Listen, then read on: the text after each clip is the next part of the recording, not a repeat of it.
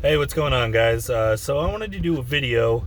It's been a while, and I get a lot of stuff regarding just dieting and just real misconceptions and mistakes being made in dieting.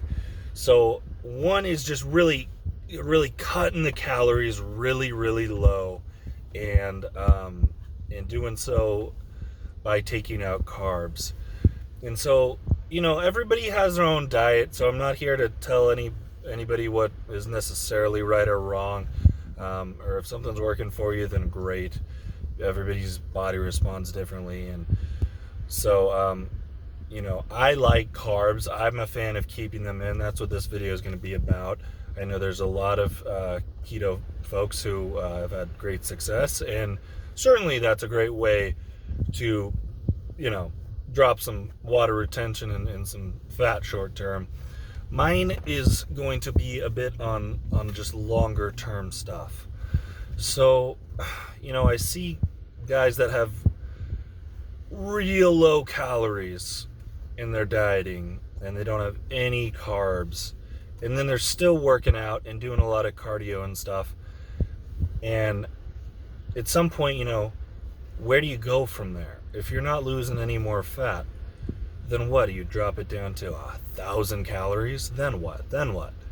And I think, just like you, when you're lifting, you're not necessarily lifting a 1 rep max, but if you have 8 to 10 reps or whatever your rep range is, you're generally going to try to go to failure for that specified rep range. You're going to lift as heavy as you can for those reps. Well, similarly, I think you kind of want to try to eat as much as you can without getting fat, because then you're just conditioning your metabolism to build muscle and to just be a fat burning furnace. So I always keep my carbs as high as I can.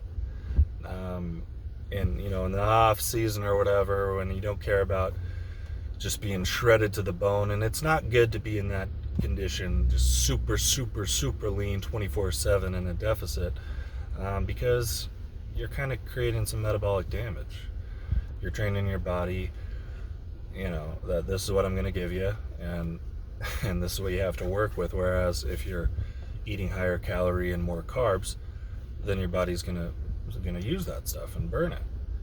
And so, again, if you've got to drop some weight real quick, it's a great way to go, cutting them out. But otherwise, I do think you need to keep them in there to the extent possible. And everybody's going to be a little bit different, but you just experiment and you see in the mirror, are you getting too fluffy? Are you getting too big? And keep in mind, when you're trying to add muscle and trying to bulk, you're gonna add a little bit of fat and a little bit of water. You lubricate your joints, you're able to lift more. It's better. You're stronger. That's how you build muscle, with progressive overload in some fashion or another, whether it's more weight or more reps or like less rest or what have you. Longer workout, and carbs are just a great energy source. So before a workout, it's great to have some carbs to fuel you through it. Afterwards, it's great to have them to replenish the glycogen that's been lost. And you can't just have tons of protein. Okay, it's not good for you to have an abundance of protein. You need enough protein. Most people don't get enough protein, so don't get me wrong. But you're getting 1 to 2 grams of protein per body pound. That is ample. I mean, I don't need ever more than that. More so in a cut, just to preserve the muscle. And then, if you're bulking, you need enough calories. So you're going to have some fat, but too much fat's just going to be stored as fat. And so you don't want to have a crazy amount of fat. In the cut, I like to taper the carbs back and replace those calories with healthy fats, keep the protein higher. But in the bulk, which is what I'm doing now, it's just, that's where the excess calories are going to come from. I don't want my fats to be too high And then I don't want my protein to be too high and put undue stress on my kidneys and stuff. And I do want energy for the gym and in general. And I do want to replenish the glycogen stores. So that comes from carbs. So guys, don't fear it. And along the same misconceptions, so you've got to work out a ton, you've got to do a ton of cardio and stuff. No, you really don't. I'm not at all the only one, but lots of us who compete don't do any or do very minimal cardio. I think some of the most successful people don't. I really don't do it at all. I know my coach barely does, and I just know a lot of elite competitors that really don't even do it. And that comes as a surprise to people that aren't really in the know about this.